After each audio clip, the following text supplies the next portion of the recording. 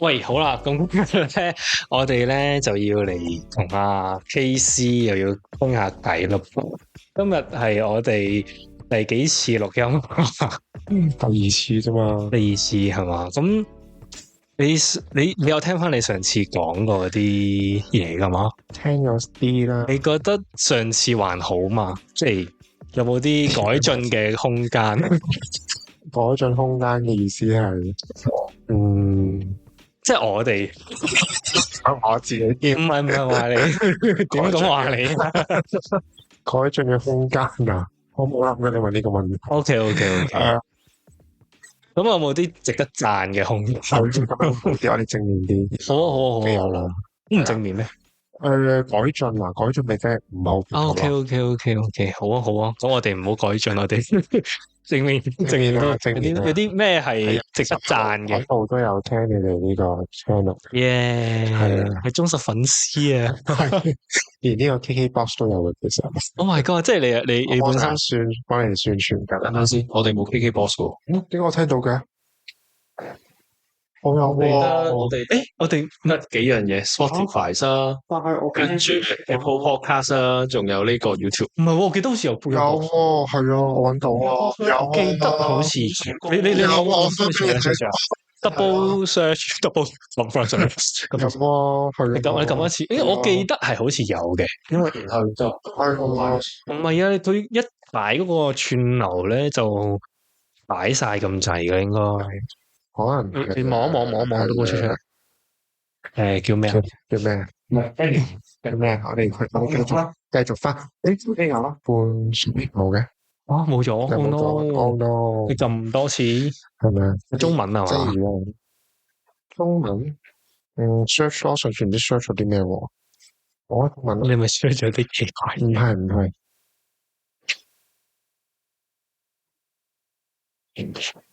searching playlist 冇咗嘅。喂，你有冇舊 record 啊？係咯，我俾你睇噶嘛。我唔記得你冇俾我睇啊。有俾你睇。但我記邊度咯？OK，係咯，咁應該有奇怪，點解你哋擺埋呢個 KKBox 落去？喂，咩擺落去 KKBox 啫？未？即係你嗰個 poster。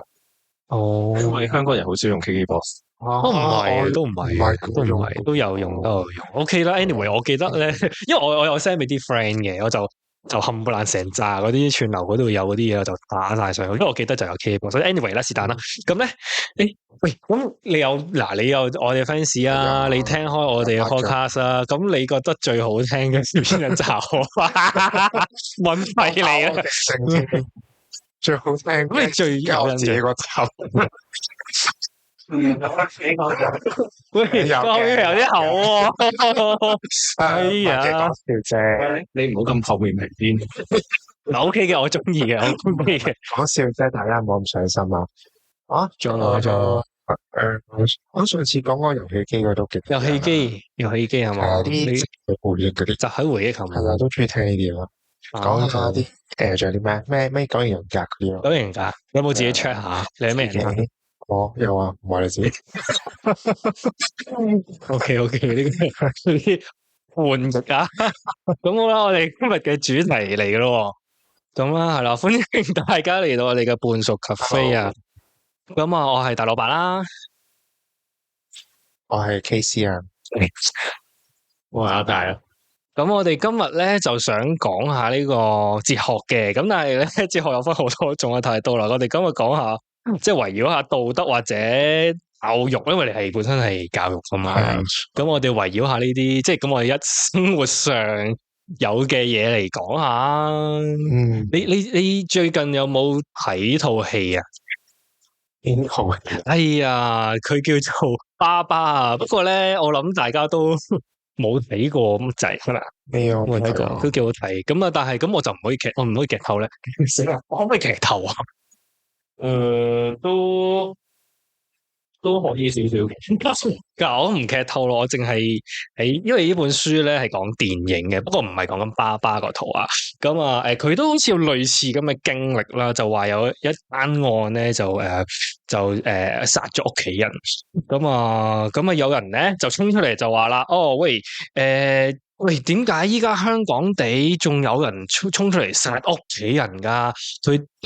我哋傳統教育唔係要教孝順父母嘅咩？係咪啊？喂，咁要加強下呢個道德教育喎，點知？喂，通常加強道德教育你應該點做啊？道德教育啊，我哋而家咪有一個叫做價值觀教育咯。價值觀教育係講嚟聽下係點樣噶？其實係一個我哋教育嘅核心嚟嘅，其實係。幾時變咗核心啊？即係翻查翻記錄，即係一直以嚟都有嘅。有嘅。我以為一直以嚟係常識先係核心添。咁你係咩？你 sorry 講多次係咩啊？呢個價值觀教育。價值觀教育。跟住咧，即係依家係有一個堂要上嘅。係啊，類似即係佢係一個倫理嘅堂。係中學啊，係啊。小學冇嘅，小學都有嘅，其實係咪？係啦，不過形式啊同埋時間唔同。但係都係咩都係要孝順父母嗰啲嘅大朗嘢。係啊。咁係啦，咁咧咁啊，即係哲學裏面嚟講咧，就係話，點解我哋要孝順父母啊？點解？即係佢係哲學好多問題噶嘛，你都知噶。點解咧？係咯？有冇一個原因？我哋以前咧，成日細個咧灌輸就唔可以傷害人啊，要遵守承諾啊，唔好講大話，尊敬師長，孝順父母，要咩話？遵守校規咁樣。但係點解咧？有冇一個原因？話點解要尊敬父母啊？喂，你係老師，你講下點解尊敬父母啊？點解要尊敬父母啊？我幫你答，因為父母咧，生你出嚟嘅，有養育之恩嘅，又要喂你食飯，又要煮飯俾你食，你住喺度唔使交租啊，咁你大個咗，你應該要孝順父母。你有冇被交用啊？有噶，係咯，咁孝順父母咯。係啊，咁係啦，咁人。不如我咁講啦，係唔係？其實因為點解會有話咩要養育父母啊，又話要咩孝順啊之類嗰啲咁嘅嘢咧？某個程度上係講緊係一啲中國傳統嘅倫理啦，或者可能係舊一輩嘅人咧，仲係充斥住一個文式嘅思想，我叫做就係養兒防老。係啦，佢哋覺得咧，一定要係下一代嘅，下一代咧就要去，即係譬如我要供養咗佢10幾20年啦，佢長大成人出嚟做嘢，佢就要去供養翻我轉頭，咁樣，咁所以就點解會有話要報答父母，要養育父母，因為中國人不嬲都有呢個傳統思想啊，亦都有呢個倫理哲學喺度嘅。我都想補充咧，你講，係啊，孝順呢樣嘢咧，英文咧。如果問你啦，點樣譯咧？點樣翻譯英文？孝順啊，我唔知喎，咩 good parents 咯。係啦，唔知喎。咁咧，其實咧係英文咧，西方係冇呢樣嘢嘅。係啊，頭先都講啱一半，例如對屋企人好，take care of parents 咁樣啦，係啦，即係佢哋會用啲行為去表現咗啊，原來咁樣就係對屋企人好。咁但係我哋即係咯，我哋傳統即係中方思想先至有孝順呢兩個字嘅。明白。咁你覺得孝順呢樣嘢係咪人人都一定要做啊？定係你覺得係咯？你覺得點咧？我覺得啊，我都聽過有啲朋友係覺得唔係必然嘅喎。點解咧？點解？例如佢細個屋企人對佢唔好咯，咁就覺得大個就唔需要孝順啦。係啦。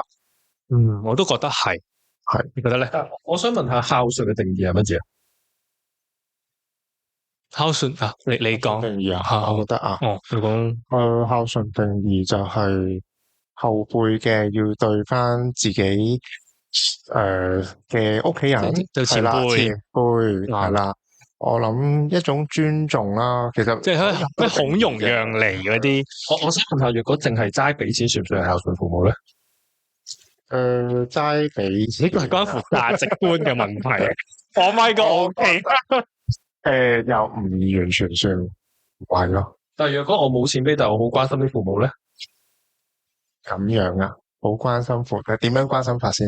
即係可能平時生活上會 take care 佢，但係我冇錢嘅，咁都係孝順嘅一種啦。其實有好多種嘅喎，又翻轉頭你哋會諗就係點解就俾錢佢嘅，唔係即係淨係俾錢佢又唔夠啦。係啦，定係俾錢佢嘅咁就唔夠啦。咁政府都會俾錢你嘅屋企人，咁政府係咪孝順屋企人咧？嗱，呢個咧就係另一個問題啦，就係唔係個個家庭都會有政府養噶嘛？係啦，咁譬如若果有啲人覺得，哦，我淨係已經俾咗家用佢啦，咁我咪已經孝順咗佢咯。咁呢啲人就會覺得呢一個方法就係已經係孝順咗父母。有啲人就係，哦，我其實我人工好奀嘅啫，我得個10000蚊人工，我仲要俾家用佢，唔好啦啩？咁但係又冇話，但係我又去 take care 佢，又去照顧佢，可能佢病咗會陪佢睇醫生咁，呢啲都係叫孝順嘅一種嚟嘅喎。有啲人就係啦，咁究竟乜嘢為之孝順咧？咁但係譬如話，有啲人覺得唔一定要孝順自己父母，好似你話齋就係，佢細個根本都冇 take care 過我，我點解要孝順佢啊？係啊，咁但係去到呢個層面上，已經係去到，呢根本其實都唔係太想認佢做父母啦。咁何來會有父母去俾你孝順啲？既然你已經唔認佢啦。係啦，即係話，當你個父母 pass away 咗，其實你都可以當冇件事發生噶啦。你係咪可以咁講咧？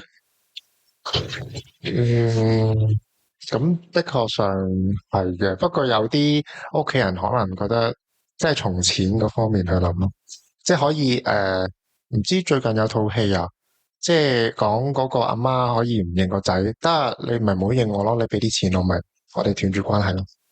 咁有啲去到咁極端嘅。嗱，我又覺得即係我覺得孝唔孝順其實嗱對我嚟講啊，即係出自個心嘅啫，即係你屋企人 feel 到啊嘛。你問邊個都冇用，你問屋企人就最有咧。你問阿媽我有冇孝順你啊？咁佢話有就有，冇就冇啦，係咪好簡單直接先？嗱，咁我個問題又兜翻轉啦，即係我覺得孝唔孝順呢啲嘢都即係睇屋企人嘅啫。咁啊，但係調翻轉咁諗。點解我哋要孝順咧？係咪應該咁樣講翻？係咪一定要孝順？係啦，咁你唔一定嘅係嘛？你覺得咧？咪係嗱，個前提係若然個父母真係由細到大，佢都有 take care 過你，佢有照顧你嘅，咁喺你哋嗰個立場上面，你咪一定要孝順佢。你唔好講佢冇照顧過你，亦都唔好講佢可能。從來喺經濟上冇 support 過你，係啦，係一個好 normal 嘅家庭，一個好正常嘅，咁可能一家3口或者一家4口，個父母係由細到大都有去湊你返學，有照顧你起居飲食，有 take care 你健康，好關心你個生活嘅。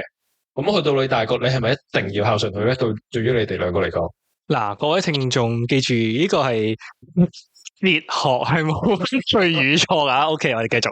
你讀先啦。好。其實英文有其中一個解釋嘅詞，即係 pay respect 咯。pay respect 係即係撇除冇嗰啲物質啊、金錢嗰啲先啦。頭先講過，咁 pay respect 就係首先你要可能你承認佢係你嘅父母啦，或者可能有啲唔係嘅，可能係由細到大係領養翻嚟嘅，咁佢都當佢係父母㗎。係啦。咁我首先你要個心態上面，你要尊重佢先。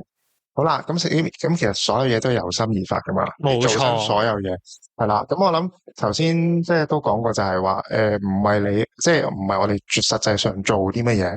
即係有啲人話喂，我送層樓俾屋企人好孝順喎，可能對比一啲喂唔係喎，請你飲餐茶咁都好孝順。咁其實有唔同嘅形式嘅，咁但係睇你即係佢哋個心係點樣諗咯。係仲未答嗰個問題，即係若果係一個正常嘅家庭情況底下。你覺得孝順父母係咪應份嘅？咁我覺得係咯。跟住就點解？我嗱，聽我講下先。我有個觀點嘅，我有個立場，跟住有觀點。咁咧，我覺得要睇下，即係課於我嘅角度嚟講，係對唔對得住天地良心，對唔對得住自己良心。即係如果你屋企人係即係有照顧你嘅，咁我覺得就算你可能往後日子唔係咁得閒，但係你得閒都會同佢飲下茶食個飯，咁其實佢喺佢哋嚟講係開心，咁我覺得嗱咁都 OK 嘅。咁但係如果你話唔係，佢對細個對你好差噶，咁就睇下你會唔會有啲人係好中意嗰啲叫咩話，即係以報怨啊，以報怨係咪？以啲調轉啊，以怨報德咁樣咩？即係調轉啦 ，sorry。咁啊，有啲人雖然我屋企人以前細個對我唔好，但係我係作為佢嘅仔嘅，即係可能上世欠咗佢，今世還翻啦，都會有啲咁嘅情況噶嘛，係咪先？咁但係我又有另外一個即係聽說法啦，有另外一個說法嘅。當我哋咁多人出世嘅，即我哋出世嘅時候，父母有冇問過我哋啊？有冇徵求過我哋嘅意見啊？你想唔想出世呢個世界上啊？有冇先？哦，所以你用呢個，你等陣先，你答咗我先，有冇先？有冇？我反而想問，你覺得你答咗先，佢可以點樣去問先？喂，所以個問題就 exactly 出嚟啦，佢係冇問過我哋願唔願意喺呢個地方出世，係唔成立喎，因為佢冇得問到呢個問題。係啊，係咯，唔係咁呢個係哲學嚟噶嘛？係個事實係佢冇得問啊嘛。唔係，咁如果佢有得問嘅情況底下，佢係啦，佢冇問嘅，咁就一定個問題係咁話佢根本都冇方法去知道，我係有得問，又或者根本冇方法走去問嘅話，佢何來有呢個問題喺度咧？若果真係佢會去諗，究竟呢個小朋友想唔想喺呢個家庭、呢一個世界、呢一個地方去出世嘅話，即係話佢問得呢個問題，即係話佢已經唔想生。好啦。咁我哋又翻嚟啦。既然佢冇得問嘅情況下，咁其實我哋出咗世之後，係咪一定要孝順父母咧？既然我哋連出世嘅時間地點冇得揀啦，係咪先？你先咪等我講埋先。即係冇出生時間地點冇得揀之餘，你仲要求我哋喺將來嘅日子孝順翻你以前未允許嘅，即係我哋出世係冇得揀噶嘛？咁你往後日子點解你有得揀咧？點解你有得揀去我哋孝唔孝順咧？你明唔明咩意思啊？唔係好明嘅，咁你俾我個立場就係雞同雞蛋咯，個問題咯就係你有雞先定有雞蛋先？你既然已經係定義咗，就係我本身我自己冇得揀，而要喺呢個世界上出世，去到我會選擇孝唔孝順父母嘅話，即係話我去到嗰一刻我係有得揀，所以我咪去揀咯。係啦，咁但係譬如亦都有好多唔同嘅，我想講係類似因果論啊，就係通常係你上一輩種過啲咩因。去到之後就會有啲乜嘢嘅結果，咁當然唔代表話所有父母 take care 個仔女，好照顧佢去到最尾個仔女一定會孝順佢，呢個 not a must，咁亦都好多而家時下嘅家姐啱啱生小朋友嘅家長，其實佢一早已經係諗緊就係，生個小朋友出嚟，我養大佢出嚟成才又好，唔成才又好，從來都冇諗過佢要供養佢自己，係啦，呢一樣就係而家現今嘅家長佢自己嗰個立場。但係譬如話你喺度問我哋就係話，我究竟好唔好？即係譬如我既然我冇得揀，點解要出世啦？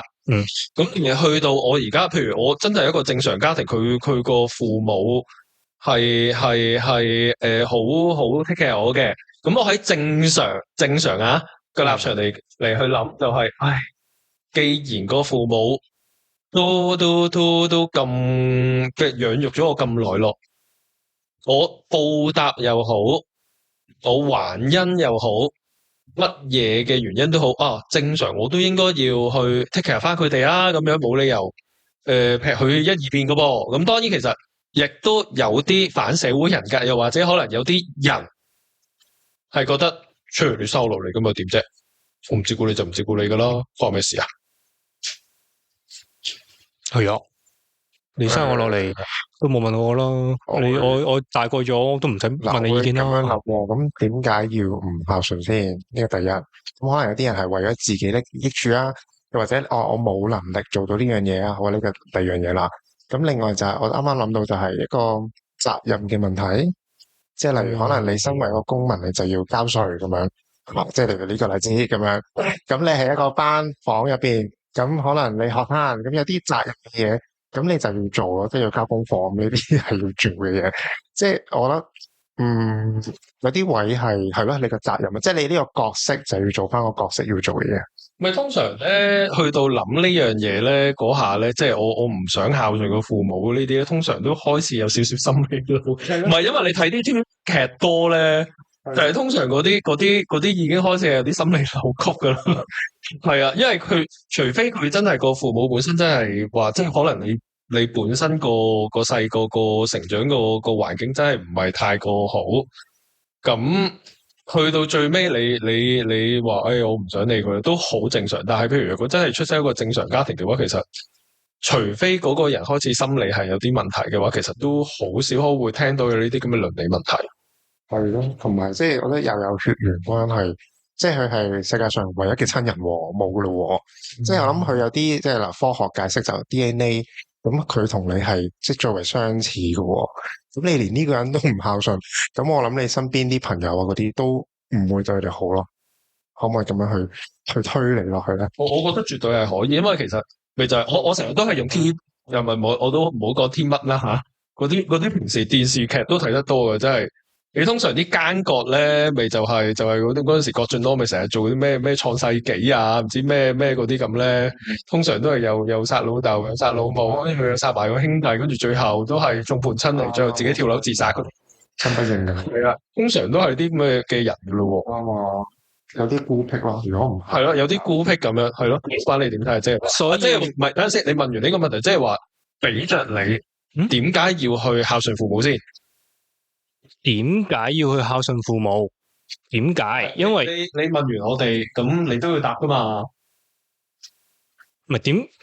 我咪講咗咯，即係我覺得如果要孝順父母嘅話，我覺得最緊要對住天地良心咯，即係最緊要對住你良心。咁啱啱都講嘅就係話佢其實養育之恩啦，即係如果係嘅話，就係咁。但係佢冇問過你點解會出世噶？佢冇問過我出世，呢個就係自私咯。我覺得呢樣嘢。咁但係點解你要孝順佢嘅？點解我要孝順佢？因為我出於良心咯。係啊，即咪以德報怨定以怨報德啊？以德報怨，以德報怨啊！即係我覺得就算 even 係啦，咁我唔知之前有冇講過，都係寄養家庭出即係大咁樣啦。即係even 我覺得我住寄養家庭嘅，咁但係佢依然即係我可能父母啦吓，都會有陣時過嚟探下我啊。咁佢可能喺能力上冇能力照顧呢個小朋友，但係我又要出世，你明唔明啊？冇能力照顧呢個小朋友，但係係啦，咁我亦都要誕生喺呢個世界上，咁於無奈，咁我只能夠喺呢個某個世界嘅角落度苟且偷生咁樣啦，又唔可以苟且偷生，即係生存啦。咁但係佢哋都會過嚟探下我咁樣嘅，我覺得會依然都覺得呢個人間有愛嘅，但係我係唔會認同一定要對父母一定要好咯，即係如果你話最嬲尾嚟講，但係我會出於我嘅良心，即係你覺得你當年咧行會嚟探下我，我老咗都會探下你咁嗰啲咯，即係我覺得 fair 嘅件事。唔係我可能我都有少少故事分享，因為我都有啲朋友咧，佢可能讀中學嗰陣時，父母都離異咗嘅佢，咁咧，但係咧佢哋咧大部分都係親阿媽嗰邊多啲嘅。咁但係咧，可能個老豆平時可能一年可能新年淨係團年淨係見咗一次，咁跟住但係就冇見啦，咁樣即係好疏離啦，因為佢好憎佢老豆嘅嗰個。咁但係我又出奇地，當佢老豆有事嗰陣時咧，佢哋又會去睇佢㗎喎。咁亦都有啲可能譬如可能真係驚佢有啲咩，佢哋都會有個感情係爆發咗出嚟咯，喺嗰一刻，即係可能有啲唔開心啊、喊啊之類嗰啲咁嘅嘢。係啊，咁但係你話佢有冇好孝順，我又見唔到有。但係去到真係一有生離死別啊，有啲咩意外啊嗰時，佢哋個感情就會爆出嚟噶咯噃。咁呢啲係乜嘢嚟嘅咧？我都有呢啲唔一啲朋友係咁，係啦，即係唔會平時係唔會做啲咩去孝順佢嘅，但係就好似你啱啱講就係，即係去嗰啲緊要嘅關頭啦，即係可能話要見最後一面啊，即係咁樣，咁就會又會去見佢咯。我又分享下啊，我老豆咧好憎我阿爺嘅，由細到大，因為我阿爺係即係佢嗰個年代係嗰啲即係嗰啲叫咩啊？佢嘅教育得好嚴啊，可能下下都搵成條 fit 啊嗰啲咁嘅時代嚟嘅。咁我老豆就真係好唔中意我阿爺嘅。嬲好多，即 even 到我出世之後咧，都好嬲阿爺咁嘅。但係到佢過身嘅時候咧，佢真係喊到碌地咁。咁我覺得呢樣嘢冇話孝唔孝順。even 到依家，我都唔係好見到佢會俾家用俾阿嫲嘅。但係佢會，佢係用我覺得呢樣嘢唔屬於孝唔孝順，呢樣嘢屬於親唔親情咯。我覺得你覺得咧？我覺得啊，咁可能人有啲叫做底線，或者應該覺得即係良知要做嘅嘢啦。即係可能點樣講咧？即係我可以對佢平時對佢未必好，但係去到一啲重要嘅位置就即係可能唔想有遺憾，所以就為咗咁樣就我都覺得就去做得好啲咁樣。咁但係你平時如果對佢好咁，礙於好多因素啦，可能個家庭以前啲背景啊，或者有人溝通唔到啊咁樣，咁我又可以理解到點解平時唔孝順嘅。喂，講翻我哋啱啱嗰個圓端咯，嗰個咩點解要孝順？即係我哋你依家中學要呢個叫咩 topic 話？價值觀教育。咁係你講下有啲咩？講嚟聽下。有啲咩啊？嗱，咁啊舉啲例子啦。我想問多一樣嘢，你係有一堂，即係一個禮拜一堂啊，定係點樣㗎？呢個係？係啊，每個禮拜有一堂咯。我真係冇啊。咁其實就應該好多學校推行咗㗎啦。咁咧有啲咩題目咧？就例如堅毅啦、尊重他人啦、責任感啦、係承擔精神啦、係誠信啊、同理心呢啲咯。係好啦，咁啊，其中一個孝親都係好重要。係。咁咧就將呢一啲咧就維持嗰啲叫做最核心我哋即係可能做人嘅一啲叫原則，一啲我哋要遵守嘅嘢。係啊，遵守嘅嘢啦。係。我想問點解？嗱，可能我比較年老啦，係啦，可能比較年老啦。我哋以前真係冇一科係即係冇一個活動冇係叫價值觀教育㗎。點解依家去到呢一個世代要走去做呢啲嘢咧？係啦，係咧，點解嘅？即係學校有冇指示係？嗱，學校就冇明確嘅，因為其實背後都係即係呢個叫做 EDB 嗰邊去策劃統籌，係啦，即係政府嘅。啱啦，冇錯啦，係教育局。咁係教育局啦。咁啊，點解要推出呢啲啊？咁我諗都同即係學生啲質素有。我知點解，因為爸爸呢套電影，咪繼續講出。關事啫。咁就係咯，同學生啲質素有關係咯。即係我諗而家啲學生好似好多嘢都要明確咁樣講出嚟嘅。調翻轉啊，老師，假設我係一個 Band 3嘅學生，我係已經唔孝順父母個咯，係翻學遲到啦，係唔交功課，咁你教完我有冇用咧？教完你，我諗呢個重點唔係為咗教你一個咯。係啦，咁佢要點樣咧？即係嗱，整體嚟講要可能全部學生要灌輸一啲叫做所謂正確嘅一啲嘅觀念，或者要應該做人嘅態度，係一啲學生係即係有啲基本做人嘅態度都唔識嘅。即係嗱，我舉個例子，都係唔知嗱，即係例如好簡單，即係見到面啦，即係正常朝早見面，你即係見到看更啊，你要講早晨啦，係咪？佢一直行直過，點頭都唔會嘅。咁明明你係佢，即係你教佢或者做咗班主任，都唔會有呢啲禮貌咯。係啊，更加唔好講話你俾嘢佢會講唔該啊，多謝係冇嘅。咁我都即係試過係即係點講啊？直接同佢哋講話喂，咁咪唔得喎！你哋要做人啲基本禮貌，冇諗到我要教你哋喎，即係好明確咁樣教嘅，真係。但係乜嘢構使到佢哋會有呢啲咁嘅行為啊？因為嗱，我又真係唔覺得我細個會夠膽死見到個阿 Sir 唔打招呼。但係點解依家呢啲人會有呢啲咁嘅情況咧？喂，我答少少，喂，唔係喎，你見到阿 Sir 會打招呼，係因為你本身嘅家教好啊嘛。但係依家嗰啲怪獸嘅家長未必你淨係讀書叻，你考到想做律師，你科攞 A，咁你使乜專師重道啫？你覺得咧？我唔知。我覺得同呢個互聯網用多咗一啲社交媒體都可能有關係。係啊，即係我諗佢哋而家個價值觀同以前真係好扭曲咗噶咯。即係可能佢哋即係講多謝都唔會面對面講咯，即係可能 send 個 emoji 咁樣，有陣時錄個音都唔會嘅，都會做呢啲添嘅。其實我都唔係好明佢哋而家點樣表達多謝。其實我諗好越嚟模糊咯，或者有哋會甚至用錢去解決，甚至我諗係啊，個價值觀已經係啊，我聽過啊，係啊，俾利是你又唔係即係互相同學與同學之間。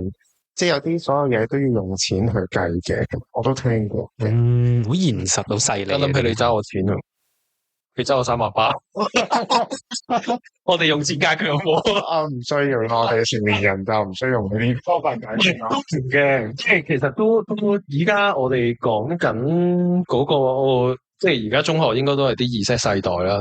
咁嗰班其實依家啲父母咧，佢而家係 beta 去到，唔係啊 ，beta 係啱啱出世，我講緊中學生啊。sorry，中學生係咪？係啱。中學生係Z世代啊嘛，係啦。我記得嘅呢樣嘢，啱啱先睇完個新聞，冇錯。係啊，咁但係因為其實Z世代嗰紮家長咧都仲係好年輕啊，即係其實都係可能我哋啲阿哥啊。啲家姐嗰輩生落嚟嗰啲小朋友，咁基本上佢依家啲父母都好少可去，即係因為可能第一工作忙啦，第二佢自己可能返到去又攰啦，咁我都冇時間走去教小朋友。第三最大嘅問題係請工人，係啦。佢哋都冇呢個咁嘅機會，亦都冇咁嘅諗法，走去教小朋友如何去做呢啲價值觀啊，咩係為之態度正確啊之類嗰啲咁嘅嘢，唔同我哋以前都已經係。所以我聽得最多啲家長就係講咧，即係你成日都會投訴啦，或者埋怨佢哋啲小朋友咧，就係翻到屋企咧就係，就韞自己間房咯，即係好似與世隔絕咁樣嘅，咁就成日就低頭族啦。一係就電話啦，一係就電腦啊、遊戲機啊咁樣咯。咁就所以係唔識同人哋溝通嘅。唔係就係小朋友嘅，我哋啲 friend 都成日都揸住部電話係唔放嘅。係，都記得身邊有一個係咁咯。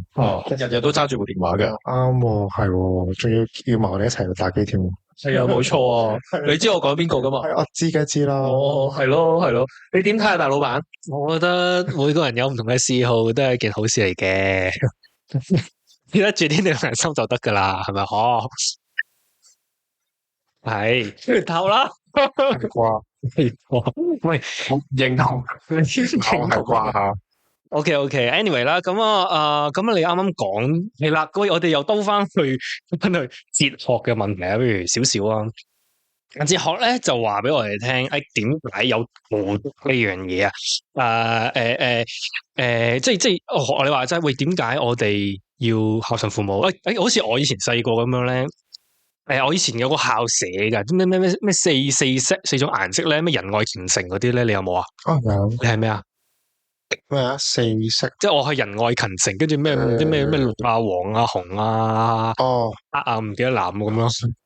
類似嗰啲咁樣啦，類似嗰啲咁樣。我想係仁愛禮廉咯。唔緊要，即係類似啦。可能係啊，大家都可能係呢幾個社去行先咁樣嘅。但係我畢業嗰日，我唔係好想，唔知佢想點咯。因為我本身就我係外社咁樣嘅，唔識嘅。咁但係但係由頭到尾咧，學校我以前冇呢啲 course 啦。由頭到尾我係 get 唔到愛係愛啲乜嘢，即係可能愛父母啊、愛動物啦、愛學校，定係愛校長啊？唔知愛啲乜嘢嘅。咁啊，我畢業嗰下我係唔知係叫愛啲咩。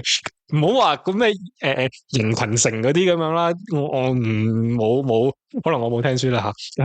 咁啊，但係我覺得係啦，係啦，點解我哋要？點解呢個傳統？呢個傳統落嚟噶嘛？仁愛勤政，孝順父母，以禮待人咁樣，呢啲係我哋由古至今達落嚟嘅一啲說話啦。咁但係有冇人講過？究竟點解咧？點解要仁愛勤政？點解要以禮？即係點解有道德呢樣嘢？你覺得咧？道德，道德會第一時間諗起對與錯咯。對與錯係啊，即係你去做好多嘢都得，但係邊啲啱邊啲錯咧？咁其實有啲嘢係 by common sense 嘅，但係人咧就即係正如我啱啱講啲新世代咧就冇 common sense 啦。係啊，即係可能覺得抄功課啊、遲到啊、冇禮貌啊呢啲都係啱嘅，對於佢哋嚟講。咁所以就開始好嗰條界線好模糊咯，係啦，都唔知道有啲咩係啱咩係錯。咁所以我哋就要推行呢個價值觀教育啦。但係你俾我覺得點解要有道德呢樣嘢？某個程度上其實係關乎於一個社會嘅安寧問題。即係或者社會安全嘅問題。即係譬如點解要培養小朋友有道德觀念？因為其實學你話齋，要教佢哋乜嘢係啱，乜嘢係錯，乜嘢做得，乜嘢唔做得。咁但係當一個世界佢冇咗道德觀，冇咗對與錯，即係話會代表啲乜嘢咧？就係會多咗好多罪案或者罪犯會出咗嚟咯。因為其實你冇道德去界定究竟邊樣嘢係可以做，邊樣嘢唔可以做啊嘛。咁如果係咁嘅話，咁就變相就話，即係有啲類似就係點解要有紅綠燈出現？係點解紅燈一定要停車，綠燈先可以開車？係呢個世界冇咗紅綠燈，究竟個交通會發生成點咧？係咪曾經有人因為冇紅綠燈而撞死個人，所以先至有紅綠燈呢樣嘢？就係類似呢個咁嘅諗法，就係點解要有道德出現啦？喂，阿大講得好啱嘅，咁咧就係我想講嘅就係最道德呢樣嘢維持社會秩序啦。咁本身人喺自然即係自然界裏面咧係互相鬥爭同埋失害嘅，咁啊對邊個都係冇好處嘅。咁如果係訂立一啲協議啦，一啲道德嘅規範啦，大家喺安全嘅環境裏面互相合作嘅話咧，其實佢會實現一個社會嘅最大利益嘅。咁但係咧個問題又嚟啦噃，原來呢個道德咧係一種協議嚟嘅，即係要遵守啲規則啦，即係例如你扶阿婆過馬路啦，要孝順父母啦。咁但係原來呢個道德嘅背後係有同呢個利益掛鈎。大家同唔同意呢個說法？點解會係覺得道德同利益係掛鈎咧？即係簡單啲嚟講咧，即係例如我哋要遵守法律啦。咁譬如我學你話齋，紅燈我哋唔可以衝燈，因為紅燈如果你衝燈嘅話，可能會俾車撞。咁你一旦撞咗車，你會影響到啲咩啊？即係譬如你要破救護車啦，你可能死咗啦，你可能令到成個社會嘅系統有個崩咗個位咁樣嘅。咁即係譬如邊個好咧？譬如你唔小心揸車衝過一個紅燈，但係佢係手嚟嘅，咁辣手死咗啦，咁你個社會咪少咗一個好有利益嘅一個人咯？你明唔明我講咩？即係一個好有權力嘅，或者未必佢係好有權力嘅，但係佢係一個重要嘅人嚟噶嘛？佢一個 even 喺個社會裏面好一個小嘅齒輪，但係佢都係個齒輪。呢個係關乎利益。你每一個人都係喺我哋呢個社會裏面，都係一個錢嚟噶嘛？係。係嘛？我會諗，我唔會叫利益，我會叫成本啦。成本，即係社會成本咯，都係好嗱。因為做任何嘢都即係其實要付出個代價，係啦，即係做乜都得。咁係我諗，即係可能你個人個利益係好最大，咁但係社會利益仲大，係啦，就會令到大家都可能好受咁樣啦。係咁，我諗對於利益嘅話，我應該係咁涉及嘅成本問題。係啦，咁如果即係譬如，喂，你撞咗一個人，佢又要送去醫院，你救護車又要錢，去醫院又要睇醫生，醫生又係要俾人工，個護士又要開藥，嗰個手術又要費用，全部都係錢。你講得啱，全部都係成本。如果而每個人都遵守規則，每個人都遵守紅綠燈，咁就可以減少成本，減少呢個資源嘅，其實冇錯 exactly 就係資源。咁我哋即係喺個自然界裏面啦，我哋爭奪係為咗咩啊？為咗利益。為咗生存，但係生存最重要嗰樣嘢就係資源，即係水啊，乜物啊，肉啊嗰啲啊。哎呀，唔好意思啊，好似去經濟學邊。係啦，咁我哋呢個。係同利益有關嘅，係啦，咁咧，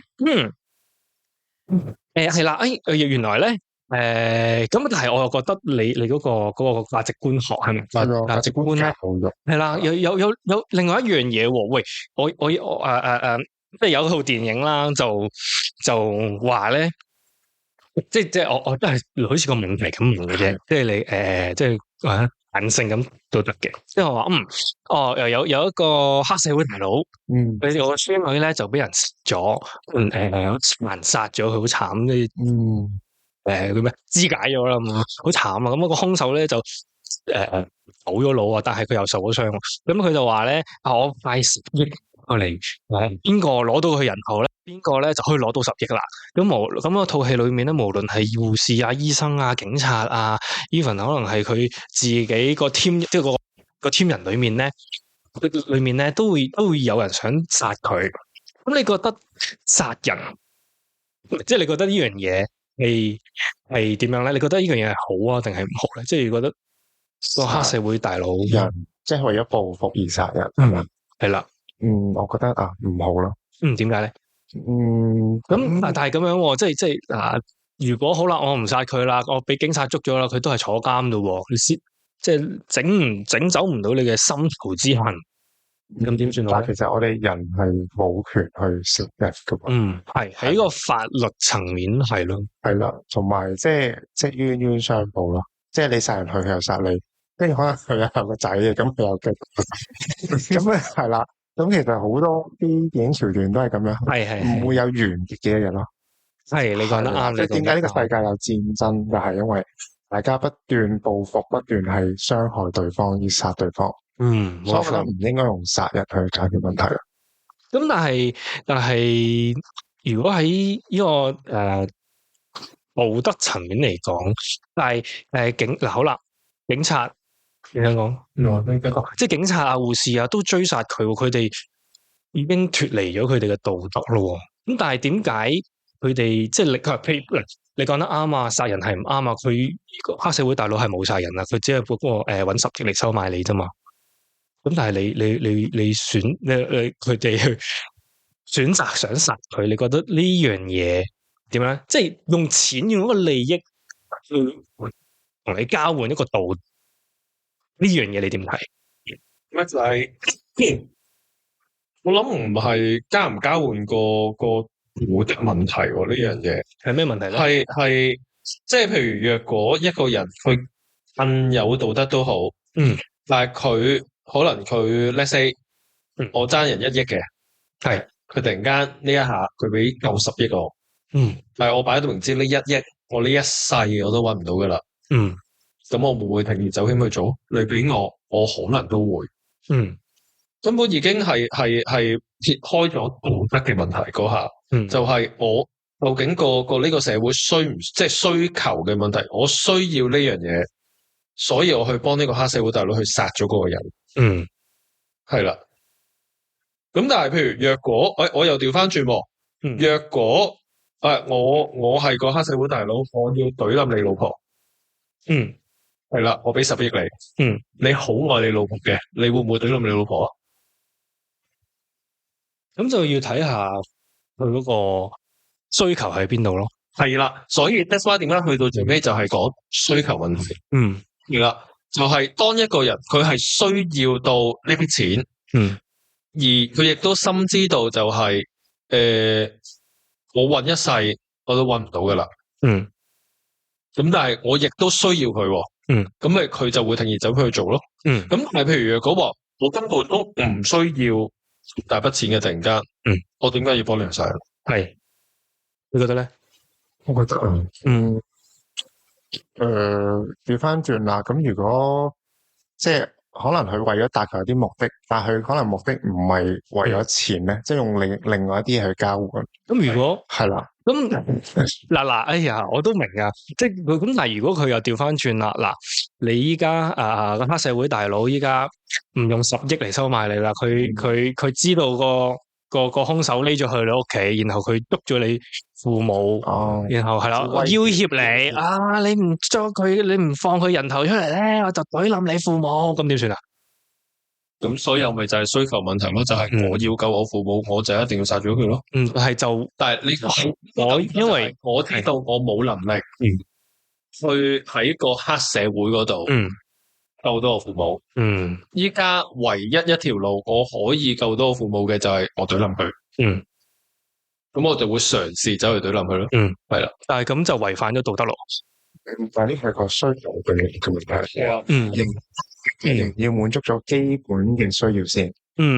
一啲生死關頭，連呢個喂我都生存唔到，或者我見到我親愛最愛嘅人都生存唔到啦。咁其他其實道德已經擺喺一啲比較高啲嘅位置。咁係咯，或者你即係可能你都食唔到啦，或者冇嘢食啦，咁樣即係呢個係嗰個叫咩馬克思個需求論咯。係咯，係若果你講話道德問題嘅話咧，我會反而係有一個就係譬如佢殺咗我父母，我係咪一定要殺佢咧？喺道德上面，係啦，唔係咁樣我就會覺得係咪需？但係你俾我就係覺得我唔需要去殺佢，因為道德上我唔應該走去殺人。係啦，咁但係我會用佢嘅方法令到佢受到法律制裁。呢個就係喺道德觀念層面上我會諗到嘅嘢。譬如若果係頭先個問題嘅話咧，就係需求問題，就係我要救父母，所以我要殺咗佢咯。咁又嗱呢個咧係冇正確答案嘅，咁咧就只能夠唯有同你講，你一係就違背你嘅道德啦，一係你就繼續高安啦，係咪先？咁好啦，睇我方法嘅，都嚟睇我方法咩？我嚟睇下咗大佬，殺咗啱喎，冇啦，好，殺自己啦，好啦。咁好啦，咁我兜翻轉去，咁啱啱我哋都有講過嘅，就係，道德呢樣嘢係有傳聞係嚟自某個地方喎，你估下嚟自邊度？孔子，佢有嘅，佢有《道德經》，佢有嘅。死啦！我唔知孔子先啦，定佢出世先咧？你再估下，仲有一個，我卡波利層。好，你幫我查下。基督教啊。係基督教嘅咩？佢唔係天主教，唔知啦，唔知喎。蘇係嘛？唔係耶穌啊，人哋係叫摩西啊。西背後咪就係嚟自上帝俾佢嘅一啲律法。嚇死啦！我驚唔係，我知，但係佢唔佢真係屬於咩教咧？基督教唔係因為基督教係新教嚟㗎。人哋有伊斯蘭教啦，唔知乜教乜教啦，有真摩西係基督教啊，係啊，基督教嘅喎，基督教分好多種嘅喎。好啦 ，anyway， 唔好意思啊，拋下書包先。咁咧，咁係啦，喂，原來咧佢哋話，呢個道德咧係嚟自上帝，知唔知點解？因為十誡啊。十誡，點解有十誡？點解有十誡？因為佢見呢個世界太多啲罪惡咯，係啦，咁搞罪惡要維持呢個罪惡，所以就做咗呢個十誡出嚟啦。咁但係，喂，你係基督教啫，我係信佛教嘅，做咩要跟你個基督教啊？因為佢係個觀念，其實所有人都係佢嘅子民咯，叫呢個好大嘅，等你去回轉咯，即係可能你信嘅教，但係有一日我都希望你又佛教轉咗過嚟教咁樣咯，係啦，咁咧佢呢度就話啦，呢個如果上帝或者神呢樣嘢咧唔存在嘅話咧，其實一切都被允許嘅話，但係上帝存在嘅話咧，佢就有呢10樣嘢去遵守。咁呢10樣嘢啱啱講過啦，呢個道德係為個社會嘅安寧噶嘛。咁但係咧，呢個10誡係維持住咩啊？維持住人叫人唔好犯罪。係啦，維持住我哋唔好犯罪，最嬲尾會唔好犯罪咁點啊？我哋就上天堂啦，耶！係啦，就維持住我哋長遠最大嘅利益係咩咧？就係上天堂，即係永生啦。係你可以咁講嗱，跟住呢個主咁，但係你個問題又嚟咯，呢個道嚟主上帝，但係上帝又唔知存在定係唔存在，係冇人講過呢樣嘢嘅，即係冇人證實到佢係咪存在啦。咁啊，但係咧，亦都冇辦法判斷呢個道咧嘅審判嘅依據，即係冇任何一個呢樣嘢係喂，即係呢樣嘢啱定錯？喂，我孝順父母，唔孝順係咪一定錯先？唔係100%，孝順係咪一定啱先？又唔係100%，係咪先？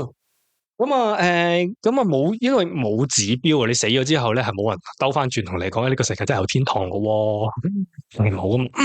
係啦，咁啊，係道德咧嚟自上天，但係我想問，呢個係基於宗教信仰，究竟佢信唔信呢個宗教？係啦，若然佢唔信有上帝，唔信天主教，唔信基督教，咁佢就喺邊度嚟嘅？道德就要呢個問題問得好好啊！我又想問下啦，因為其實曾經亦都有一個外國有個統計，係大概唔知統計咗1000人，着咗有78% 嘅人咧，係覺得道德同埋宗教唔係掛鈎嘅。佢覺得道德係人一出世，可能喺歷史上面，佢最久而久之可能傳承落嚟，即係一傳10，10傳8，一年傳一年咁樣傳承落嚟，就係去教導下一代乜嘢係道德。咁所以人一出世就知有道德呢樣嘢。係啦。咁所以變相就話，大部分人亦都唔相信就係道德同宗教係掛鈎咯。係啦。你有冇宗教？你冇宗教？我有啊。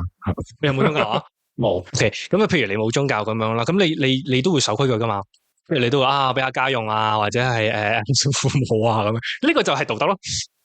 即係佢係啦，學你話真係一樣嘅，係由古至今傳承落嚟嗰個美好文化嚟嘅。咁但係呢個美好文化係基於咩啊？基於我哋你孝順父母，佢哋咧唔使憂，佢唔使靠政府耶。咁呢個亦都係呢個利益嚟嘅。OK， 係呢個呢個係一個對社會嘅現象嚟嘅。OK， 咁我又想分享下知咩叫功利主義，咪講埋先啦。唔知係令到sorry 啊，我啱你重新講多次。唔好意思啊，講埋先係呢個道德咧，令生活更加美好嘅一個守則嚟嘅。係啦，咁你知唔知咩係功利主義咧？唔知，你覺得？好啦，你講。你講啦，講啲嚟講，估下咩係功利主義？功利，我好似聽過嘅，係好熟悉。功利主義係咪同利益嗰啲掛鈎？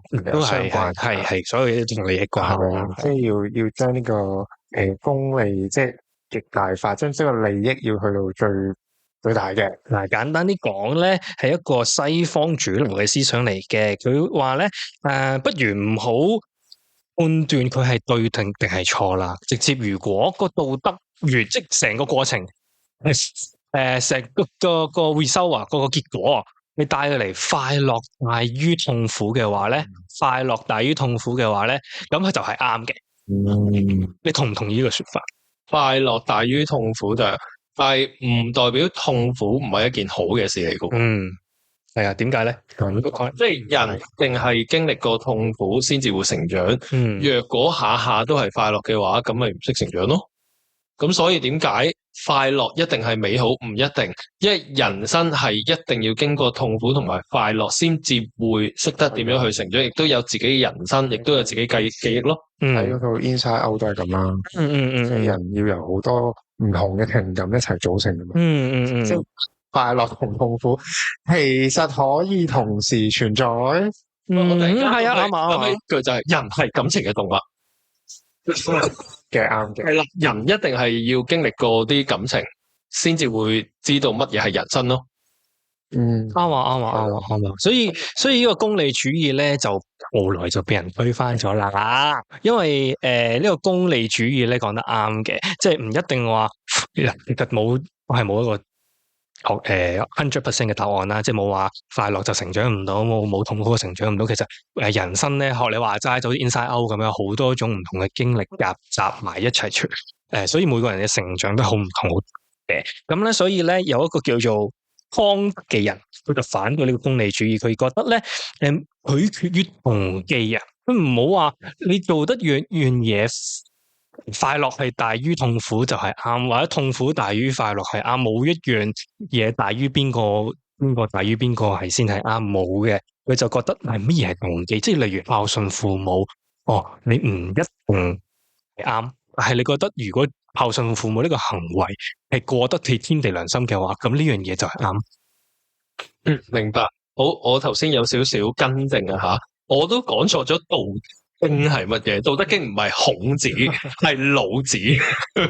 係啦，我都講錯咗。喂，但係我頭先 check 翻咧，老子咧幾時出世咧？就係公元前571年。但係摩西係幾時咧？摩西係公元前1290年，即係話摩西係出世先嘅。